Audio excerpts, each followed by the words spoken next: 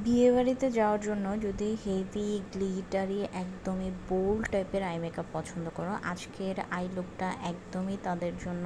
একদমই খুব বেশি বোল্ড লুক যারা পছন্দ করো, তো ফার্স্টেই হচ্ছে আমি একটা নোট বেস কালার নিয়ে খুব ভালোভাবে লিডে অ্যাপ্লাই করে নিয়েছি। অ্যান্ড লিডটা আমি যতটুকু পসিবল হচ্ছে খুব ভালোভাবে ব্লেন্ড করে নিব, কারণ ব্লেন্ডিং ব্রাশ ছাড়া যদি আমরা ব্লেন্ড করতে যাই, মানে ব্লেন্ডিংটা যদি ভালো হয় তাহলে অ্যাকচুয়ালি সত্যি কথা আর তেমন কোনো কিছুই হচ্ছে অ্যাপ্লাই করতে হয় না। নর্মালি ব্লেন্ডিং লুকের সাথে যদি মাস্কারা দিয়েও ইজিলি একদম যে কোনো আউটফিটের সাথে একদমই আর যে কোনো ইভেন্টের সাথে একদমই পারফেক্ট একটা আই মেকআপ হয়ে যায়।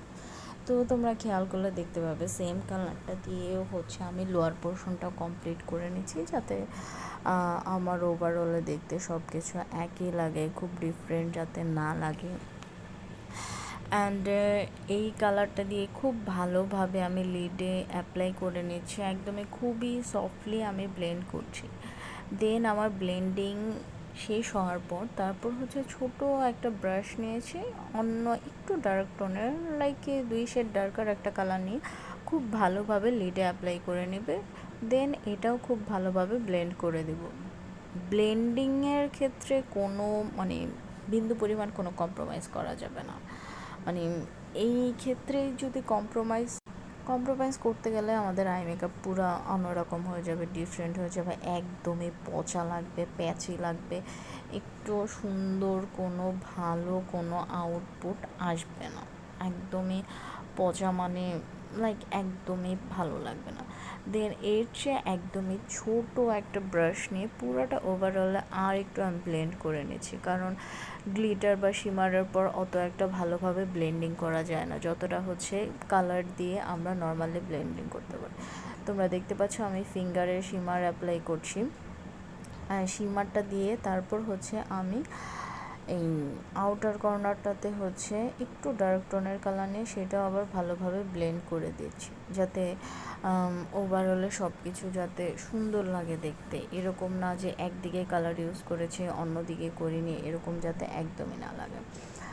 সাইডটা অ্যান্ড ওপরটাতেও খুব ভালোভাবে আমি ব্লেন্ড করে নিচ্ছি। তারপর হচ্ছে আমি গ্লিটার অ্যাপ্লাই করছি।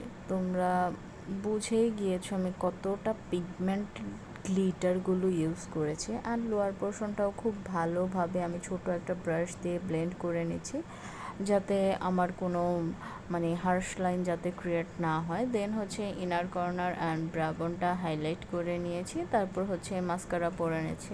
দেখো এক্ষেত্রে যদি তোমরা ল্যাশ নাও পরো, এই লুকটা যদি এভাবে রাখো তাও দেখতে অনেক সুন্দর লাগবে। যদি সব কিছু প্রপার ওয়েতে হয় তাহলে ল্যাশ পরাটা এতটা ম্যান্ডেটরি না। অ্যান্ড তারপর ল্যাশ আর হচ্ছে মাস্কারা দিয়ে কী বলবো একদমই কমপ্লিট। তারপর ব্রাবনটা আইব্রোটা মনে হচ্ছিলো একটু ডিফাইন করা দরকার, দেন ওটাই একটু কমপ্লিট করে নিচ্ছিলাম। আর ফাইনাল আই মেকআপটা তো তোমাদের সামনেই, কেমন হয়েছে জানাতে ভুলো না। যদি ভালো লাগে লাইক শেয়ার কমেন্ট করে দিও। অ্যান্ড এই টাইপের আই মেকআপগুলো লাইক কোনো ডার্ক বোল্ড টাইপের ড্রেসের সাথেও যাবে, আর একদমই সফট নুড মেকআপের সাথেও যাবে। শুধু লিপস্টিকের কালারটা চেঞ্জ করলে পুরো ডিফারেন্ট লাগবে মেকআপের ক্ষেত্রে। অ্যান্ড এটাই ছিল আজকের লুক।